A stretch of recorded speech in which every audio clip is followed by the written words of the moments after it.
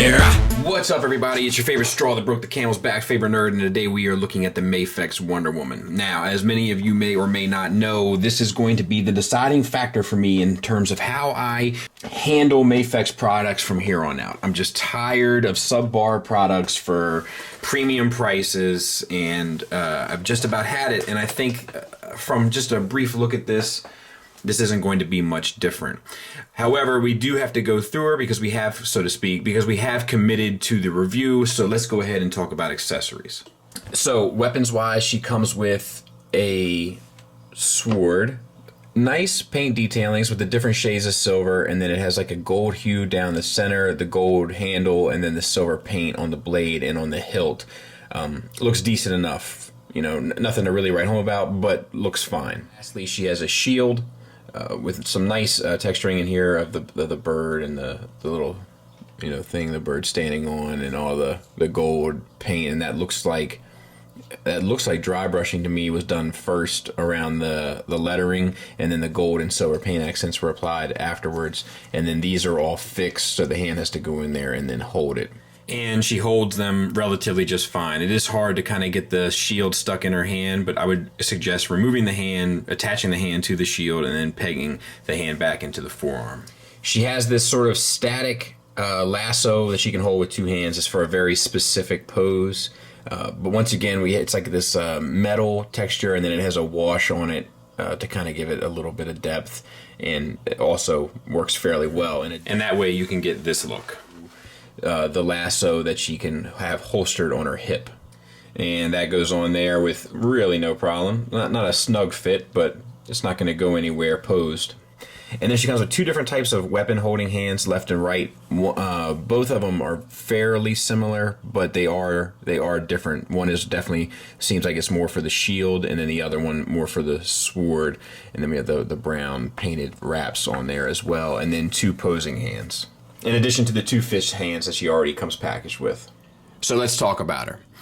The head, all right, this is an issue, and we'll show the box at the end, but this is something that Mafex has been doing, I feel like, more and more often, where the head on the figure looks a far cry from the head in the packaging.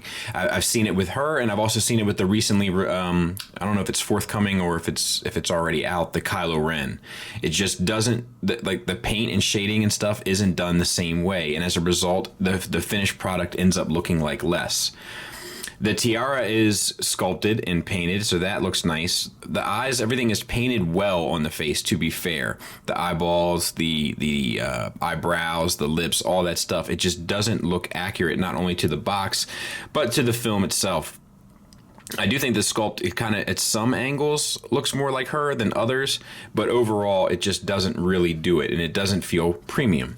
The hair is a dark brown plastic and then dry brushed with a lighter shade of brown, and that does end up looking pretty good.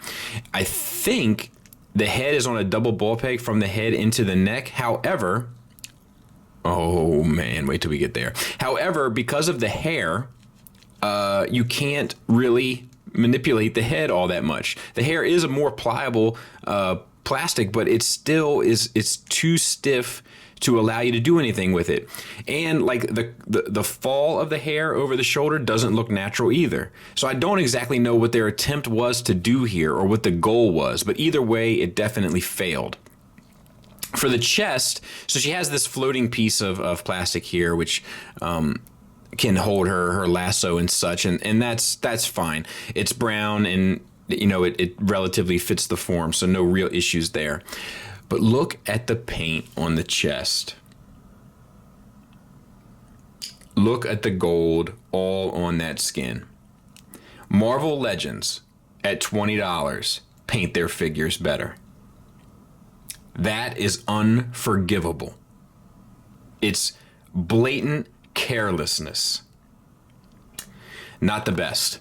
We have a double ball peg from the chest into the abdomen, and that works really well. Great range. And the detailings are good. The gold paint is good. It's a little too good, if you know what I mean. And then the red looks like it has a wash on it, and it's a metallic red, and that looks good as well. And then it feels like another double ball peg from the abdomen into the pelvis. So all that stuff works really fine, and the range of motion that you get as a result is really quite good. So no real complaints with how that's done. It's just some of the other things. Okay, so we'll get to the shoulders, which is another issue. So it's a ball hinge at the shoulder that goes into a ball peg in the torso so that you can get the range. Now, as a result, you lose a lot of sculpt. Now, what Figuarts or Figma or a lot of other nice companies would have done is they would have included some sort of cover flap so it could have covered down on the joint. Mafex didn't feel that was necessary, and as a result, it's a pretty ugly joint. And it's almost always exposed. You have to use the hair and the angle of the figure to cover down on it. Really, really unfortunate. So the gold paint on the arm is painted clean, so that's nice. And then the silver and all the sculpted details for the gauntlets are painted and sculpted well. The elbow is double jointed, so it gets you a pretty good range. It's not the prettiest, but it's not the ugliest either. No swivel, but you do get it at the shoulder. I think it ultimately will be okay. Wrist swivel on a ball hinge, so you can get the in out, and it swivels at both ends, so if you want to, you can manipulate it and then get the up down, so to speak. And that works all well and good. We have a floating piece of soft plastic, which is painted blue with gold and silver, and it does a fairly good job, which brings us to the hips. From the back of the figure, it's really hard to disguise the ugliness of the hips. Like the butt cheeks look like they're too low a lot of times because of this drop-down joint, and if you don't utilize the drop-down joint, it's hard to pose the figure. It's just not the best. Underneath, the pelvis is sculpted, which is a bizarre choice. I would have preferred that money go somewhere else and painted. And I don't mean sculpted in the sense of being a piece of plastic, but I mean like the same details that are in the skirt are sculpted into the pelvis that you'll never see. You know, I would have much preferred a shoulder cover or hair that worked, or almost anything. So the joints themselves they're T-jointed ball joints that are dropped down. So you can get down to there and then up, and the pliable plastic for the soft skirt doesn't really get in the way, but like it's just not natural. Like it just doesn't work. Like it almost shouldn't have dropped down at all. And you would have gotten out to there and it would have looked more natural. But as a result, this pushes on this, which pushes the joint down, so it never looks right. It always looks like her leg is coming out of, like, space.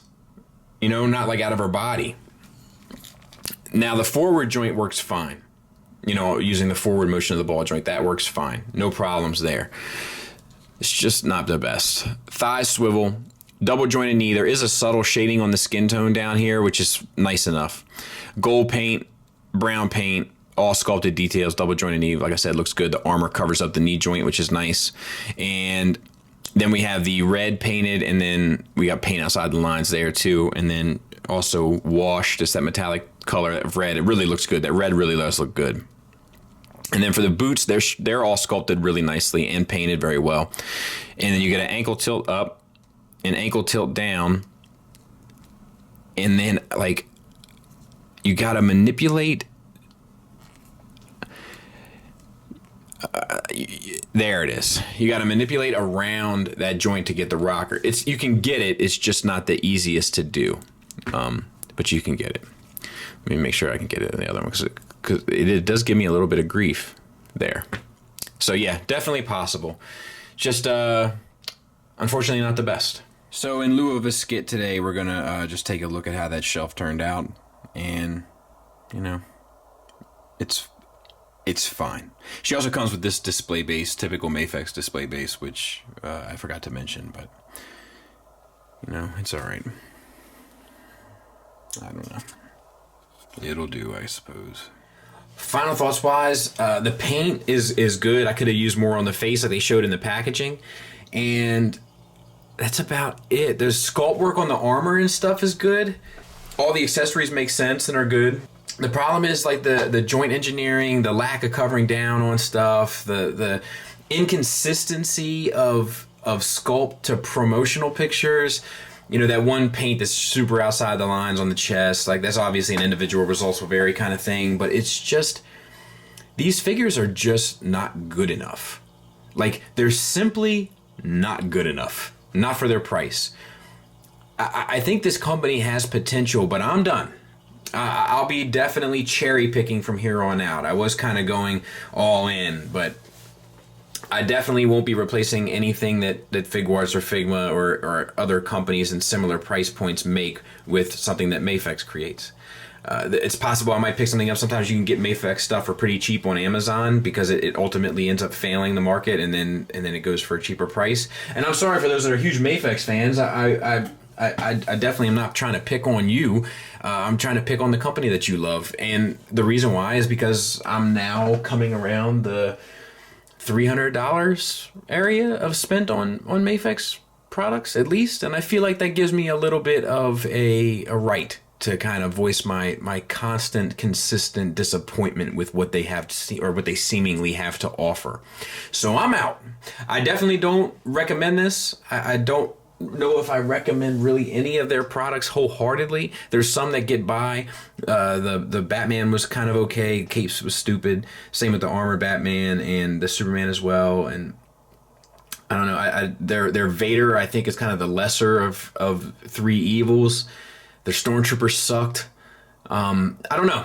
I don't have any hope for the line. I don't have any hope for the company. I think they have the potential. I think they have let's put it this way. I think they have all of the ingredients to make a really good soup. They just keep botching it when it comes to actually assembling those ingredients and what order. And it's like their measuring cups are screwed up. Does that make sense? So, posed on a shelf, I'm going to be okay with her. As you saw, instead of a skit, we took a look at that, how that shelf worked out. And I'm fine with that. But, they're definitely all replaceable. And they're awfully expensive to be replacing. So, yeah, my advice would be to avoid. But if you like it, as I always say, you win. Thanks for listening. Thanks for watching. Till next time, take care.